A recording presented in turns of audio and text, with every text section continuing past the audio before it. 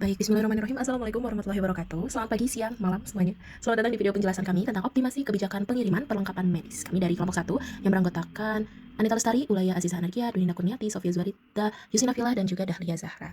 Nah, pada kesempatan kali ini kami akan mempresentasikan materi mengenai studi kasus pemodelan sistem dengan judul Optimasi Kebijakan Pengiriman Perlengkapan Medis Studi Kasus Pangkalan Militer. Nah, tujuan dari presentasi ini adalah untuk memahami bagaimana sih sebuah masalah nyata di dunia logistik militer bisa kita analisis menggunakan pendekatan operational research dan system modeling.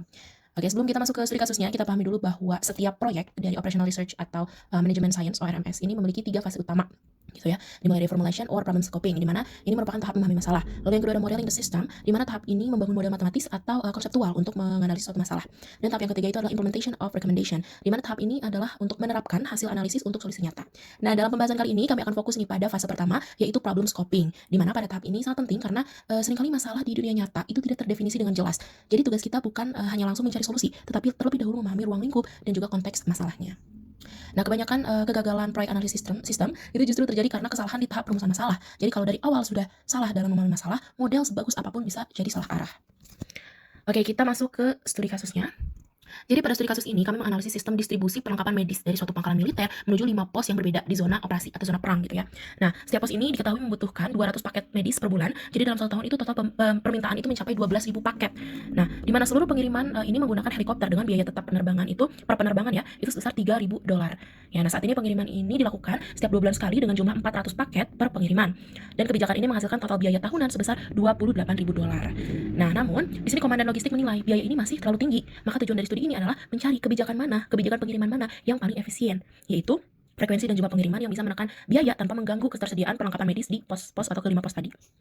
Nah, dengan kata lain, sistem distribusi ini kita modelkan agar keputusan pengirimannya bisa berbasis data dan perhitungan, bukan hanya berdasarkan kebiasaan. Oke, kita next.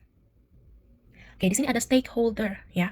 Di sini ada Oke, sebelum kita masuk ke stakeholder, aku pengen membahas dulu sedikit ya. Kalau kasus ini tuh termasuk kategori problem scoping karena masalah ini belum didefinisikan secara pasti ya. Kita belum tahu nih secara jelas berapa besar atau seberapa luas ruang lingkup masalahnya. Nah, tahap problem scoping ini punya tujuan gitu untuk kita bisa memahami situasi yang kompleks ini secara menyeluruh dan juga kita bisa mengidentifikasi pihak-pihak yang terlibat gitu ya, dan juga menentukan elemen yang mempengaruhi masalah seperti itu. Oke, sekarang kita masuk ke stakeholder ya.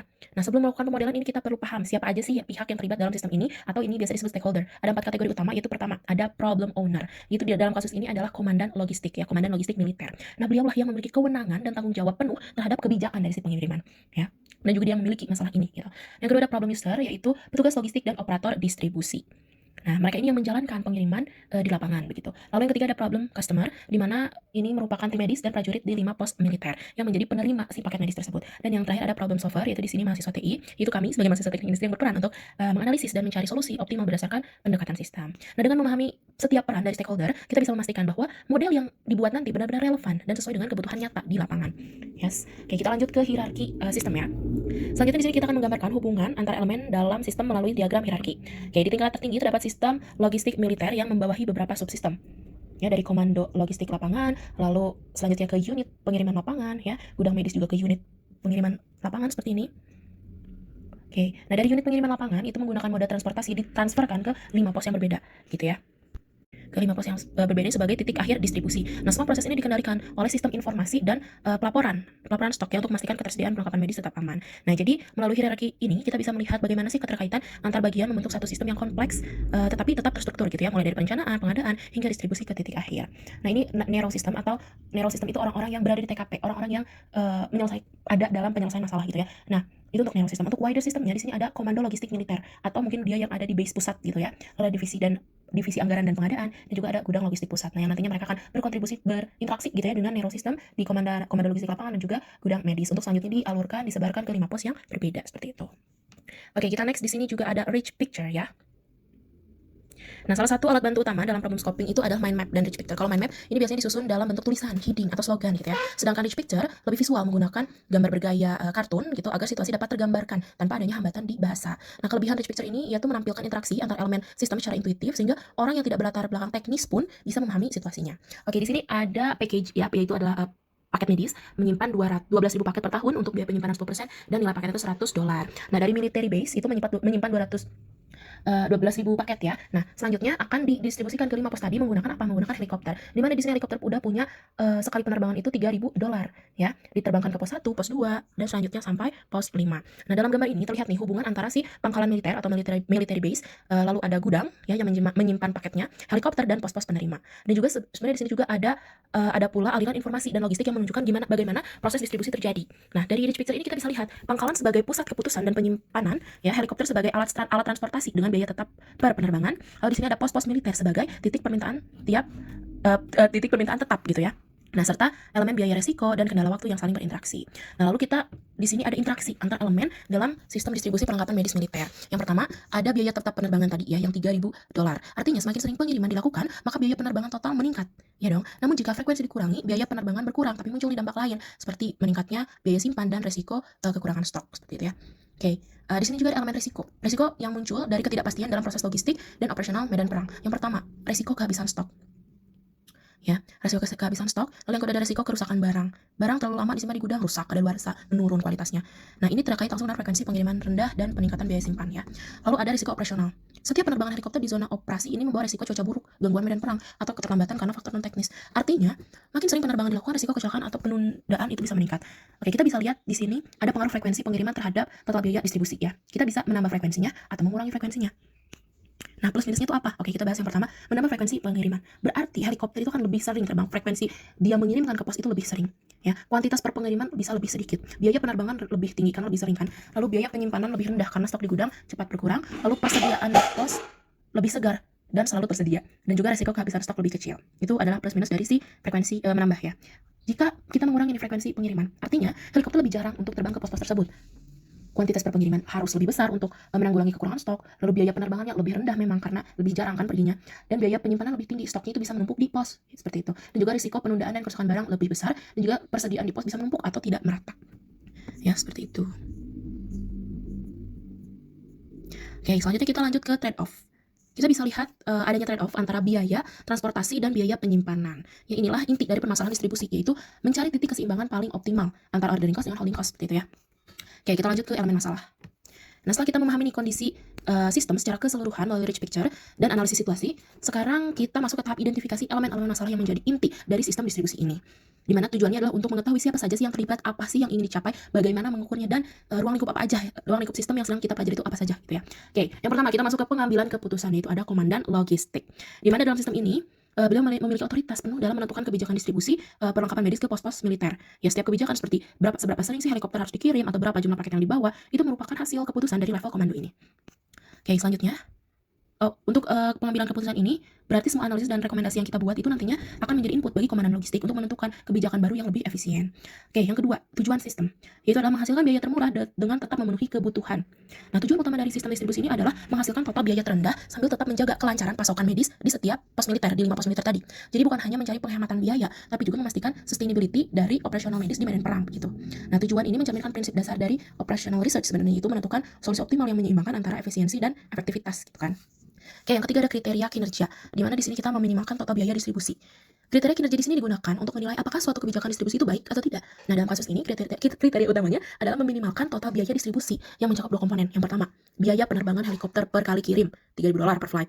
Lalu yang kedua, biaya penyimpanan barang di gudang, 10% itu dari nilai barang per tahun. Nah, jadi setiap alternatif kebijakan nantinya akan dievaluasi berdasarkan berapa total biaya yang dihasilkan dari kombinasi kedua komponen biaya tersebut. Seperti itu. Oke, kita lanjut yang keempat, itu adalah ukuran kinerja total biaya distribusi per tahun. Apa sih yang diukur atau performance measure-nya itu apa? Nah, ini merupakan angka konkret yang bisa dihitung dan juga dibandingkan. Nah, dalam kasus ini ukuran yang digunakan adalah total biaya distribusi tahunan yang dihitung dalam $1 per tahun ya dalam kasus ini. Nah, dengan ukuran ini kita bisa membandingkan nih berapa alternatif kebijakan, misalnya pengiriman dilakukan 4 kali, 6 kali, atau 12 kali per tahun untuk melihat nih mana yang memberikan biaya paling rendah. Ukuran ini juga nantinya akan menjadi acuan bagi decision maker dalam memilih opsi terbaik seperti itu. Lanjut yang kelima, alternatif keputusan, alternatif program ya, yaitu kuantitas dan frekuensi pengiriman. Perlengkapan medis seperti itu. Oke, elemen ini merupakan variabel keputusan ya atau decision variable dalam sistem, di mana kuantitas ataupun juga frekuensi itu merupakan hal yang saling berhubungan. Semakin sering pengiriman dilakukan, semakin sedikit barang yang dibawa per pengiriman dan juga sebaliknya. Nah, alternatif kebijakan ini bisa berupa apa aja? Misal, pengiriman 12 kali setahun setiap bulan gitu ya. 6 kali setahun atau 4 kali setahun atau setiap 3 bulan gitu kan. Nah, masing-masing alternatif akan menghasilkan kombinasi biaya dan risiko yang berbeda-beda. begitu. Nah, dengan kata lain, elemen ini adalah pusat dari model sistem yang akan kita bangun. Karena keputusan tentang kuantitas dan juga frekuensi, inilah yang menentukan efisiensi keseluruhan, ya. Oke. Sekarang kita lanjut ke konteks sistem logistik militer yang wider system dan distribusi medis atau di narrow systemnya, ya. Nah, dalam pemodelan sistem penting nih untuk kita membedakan antara wider system dan juga narrow system. Wider systemnya di sini adalah sistem logistik militer secara keseluruhan atau pusatnya yang mencakup perencanaan, transportasi, penyimpanan dan juga komunikasi di medan perang. Sedangkan narrow system atau sistem yang kita fokuskan adalah distribusi perlengkapan medis dari gudang pusat ke 5 pos militer. Nah, inilah bagian dari sistem besar yang sedang kita pelajari secara mendalam. Nah, dengan membatasi konteks seperti ini, kita bisa menganalisis nih masalah kita bisa menganalisis masalah itu secara lebih terarah, tidak melebar ke faktor-faktor eksternal seperti strategi militer atau pertempuran gitu kan. Nah, tapi tetap mempertahankan hubungan logis dengan sistem yang lebih luas. Seperti itu.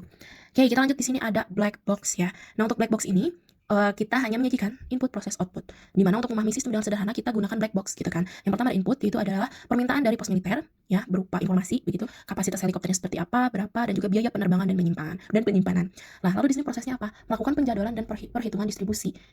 Saat kita melakukan perhitungan ini, pastinya ada parameter atau ada constraint, ada batasan, yaitu ongkos kirimnya 3.000, parameter seperti itu. Nilai paket medisnya $100, biaya simpan gudangnya 10%. Nah, itu parameternya. Nah, output yang ingin kita hasilkan yaitu apa? Total biaya distribusi dan juga tingkat ketersediaan perlengkapan medis. Nah, dengan diagram ini atau dengan black box ini, kita tahu nih apa yang dikendalikan, apa yang diproses, dan apa yang dikendalikan. Walaupun di sini ada uncontrollably input seperti itu ya. Oke. Nah, kita masuk sekarang ke influence diagram. Nah, untuk diagram pengaruh atau influence diagram ini,